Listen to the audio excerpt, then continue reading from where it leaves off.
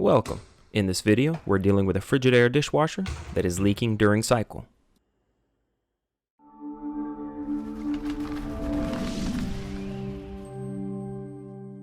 So the concern regarding this dishwasher is that as soon as a dishwasher is done filling with water and when the cycle starts, there's a constant drip of water coming from the bottom left side of the door. In most dishwashers, when you see water leaking from any side of the door, the first thing to inspect would be this door seal for any tears, breaks, rips, or etc. This door seal is the only thing that keeps this messy dishwasher water inside the dishwasher. So naturally knowing this, the first thing I checked was the dishwasher door seal. And to my surprise, the first thing I noticed was a couple spots where the door seal was a little bit kinked in.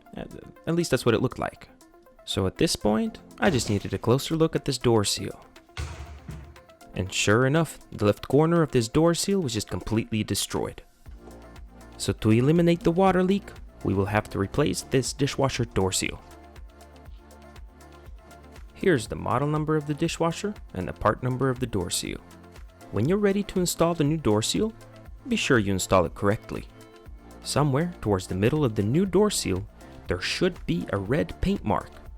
This red paint mark should align evenly with the door latch. Food for thought. If you continue to experience a water leak, be sure to check the bottom of your dishwasher door for another door seal. Now, not all dishwashers are equipped with this particular door seal, but some are.